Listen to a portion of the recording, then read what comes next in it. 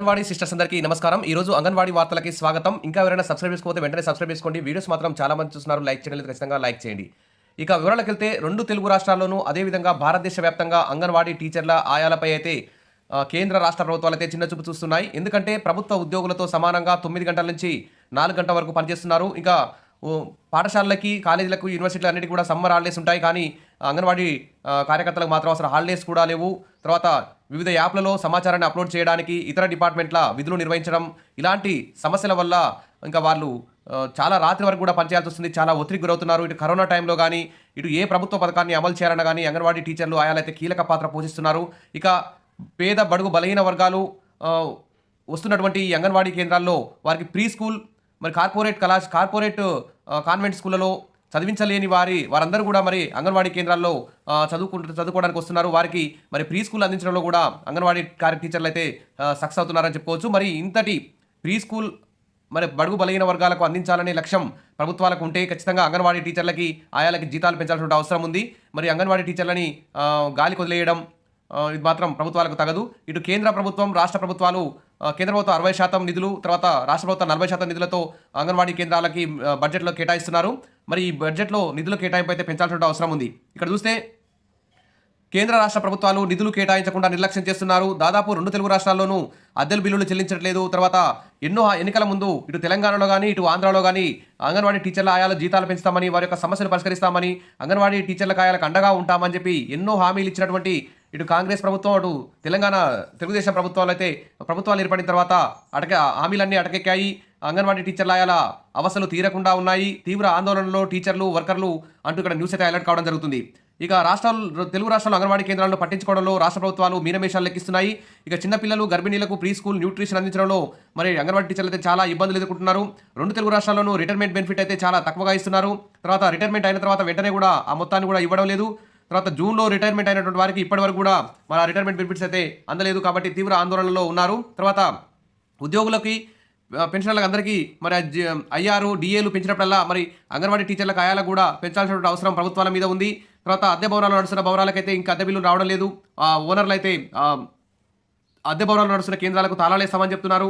కనీసం 2 తెలుగు రాష్ట్రాలు కూడా పాలు కూడా టైంకి రావడం లేదు. నాణ్యమైన సరుకులు రావడం లేదు. కోడిగుడ్లలో నాణ్యత కూడా లేదు. ఇటీవల ఫుడ్ పాయిజన్ కేసుల వల్ల చాలా అందరూ కూడా ఇబ్బందులు ఎదుర్కొని క్షేత్రస్థాయిలో అంగన్వాడీ టీచర్ల ఆయాలైతే చాలా లబ్ధారుల నుంచి చాలా వ్యతిరేకత అయితే ఎదుర్కొంటున్నారు. అంగన్వాడీ టీచర్లను, ఆయాలను నిలదీస్తున్నారు. కాబట్టి వెంటనే కేంద్ర రాష్ట్ర ప్రభుత్వాలు వెంటనే అంగన్వాడీ టీచర్లను ఆదుకోవాల్సిన అవసరం ఉంది. ఈ బడ్జెట్ సమావేశాల్లోనే ఆశాలకు 18,000 కనీస వేతనం అమలు చేయాలి, ఆశాలకు ఇచ్చిన ఎన్నికల వాగ్దానం అమలు చేయాలి అంటూ ఇక్కడ బస్సు జాతా కార్యక్రమం నల్గొండ జిల్లాకు వచ్చింది. అక్కడ మాట్లాడుతున్నటువంటి పలువురు నాయకులు. కానీ మరి ఫిబ్రవరిలో జరిగే అసెంబ్లీ బడ్జెట్ సమావేశాల్లో ఆశా వర్కర్లకు రాష్ట్ర ప్రభుత్వం 18,000 ఫిక్స్డ్ వేతనం నిర్ణయించాలని, పీఎఫ్, ఈఎస్ఐ ఉద్యోగ భద్రత కల్పించాలని, లేదంటే ఆశాలు సమ్మెకు సిద్ధమవుతారని మాజీ ఎమ్మెల్యే జూలకంటి రంగారెడ్డి అయితే హెచ్చరించారు. మరి ఈ విధంగా మరి అంగన్వాడీ టీచర్ ఆయాల కంటే ముందే అంగన్వాడీ వ్యవస్థ ఏర్పడింది. దాదాపు ఇప్పుడు 50 సంవత్సరాలు స్వర్ణోత్సవాలు జరుపుకుంటున్న సందర్భంలో ఇప్పుడు మరి అంగన్వాడీ టీచర్లకు కూడా మరి కనీస వేతనం 26,000 అమలు చేయాలి, సమాన పనికి సమాన వేతనం అమలు చేయాలి. అంగన్వాడీ టీచర్లకు ఆయాలకు కూడా పీఎఫ్ సౌకర్యం, ఈఎస్ఐ సౌకర్యం, ఉద్యోగ భద్రత కల్పించాలి. కాబట్టి ఈ బడ్జెట్ సమావేశంలోనే కేంద్ర రాష్ట్ర ప్రభుత్వాలు ఈ నిర్ణయం తీసుకోవాల్సిన అవసరం ఉంది. ఇక ఫిబ్రవరి 1న కేంద్ర బడ్జెట్ ఆర్థిక నిపుణులతో ప్రధాని భేటీ. వచ్చే ఏడాది పార్లమెంట్లో కేంద్ర ప్రభుత్వం బడ్జెట్ అయితే ప్రవేశపెట్టనున్నది. బడ్జెట్కు సంబంధించి అభిప్రాయాలు, సూచనలు స్వీకరించేందుకు ప్రధాని నరేంద్ర మోదీ ఆర్థికవేత్తలు, నిపుణులతో సమావేశమయ్యారు. ఫిబ్రవరి 1న ఆర్థిక మంత్రి నిర్మలా సీతారామన్ 2025-26 బడ్జెట్ను ప్రవేశపెడతారు. కాబట్టి అన్ని శాఖల నుంచి, అందరి నిపుణుల నుంచి మరి ఇక్కడ వీళ్ళైతే అభిప్రాయాలు సేకరిస్తున్నారు.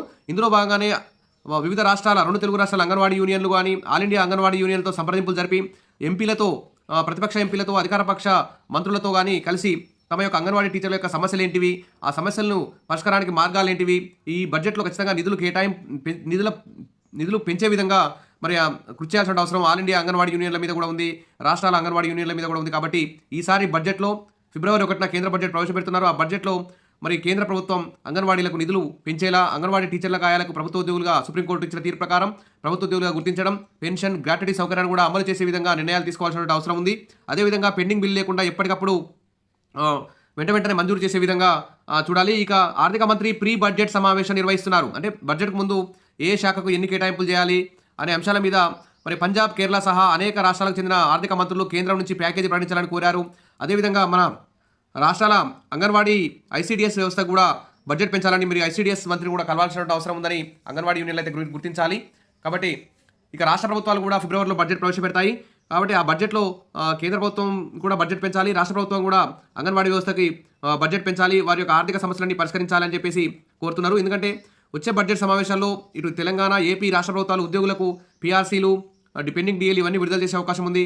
ఆ ఉద్యోగులతో సమానంగా అంగన్వాడీ టీచర్లకు, ఆయాలకు కూడా మరి జీతాలు పెంచాల్సిన అవసరం రాష్ట్ర ప్రభుత్వాల మీద కూడా ఉంది. కాబట్టి వెంటనే అంగన్వాడీ టీచర్లకు 26,000 ఫిక్స్డ్ వేతనం, పీఎఫ్, ఈఎస్ఐ, ఉద్యోగ భద్రత, పెన్షన్, గ్రాట్యుటీ, రిటైర్మెంట్ బెనిఫిట్స్, సొంత భవనాలు, ఇతర మౌలిక సదుపాయాలు, free gas, free current, water facility ఇవన్నీ కూడా వెంటనే కల్పించాలి. ఈ అంగన్వాడీలపై కేంద్ర రాష్ట్ర ప్రభుత్వాల చిన్నచూపు తగదు అని చెప్పేసి బడుగు బలహీన వర్గాల లబ్ధిదారులందరూ కూడా కోరుకుంటున్నారు. ఎన్నో ఆశలతో ఈ ప్రభుత్వాలను ఎన్నుకున్నారు. కాబట్టి ఆ ప్రభుత్వాలు కష్టాల్లో ఉన్న వారిని ఆదుకుంటారని చెప్పి ఆశిద్దాం. అంగన్వాడీ టీచర్ల ఆయాల జీతాలను పెంచి అంగన్వాడీలకు ఒక స్వర్ణయుగం తీసుకొస్తారని చెప్పి కోరుకుందాం. విషయాల బెస్ట్. మరిన్ని అప్డేట్స్ కోసం మన ఛానల్ని ఫాలో అవుతుండండి. వీడియోస్ అయితే లైక్ చేసి ఉండండి. Thank you.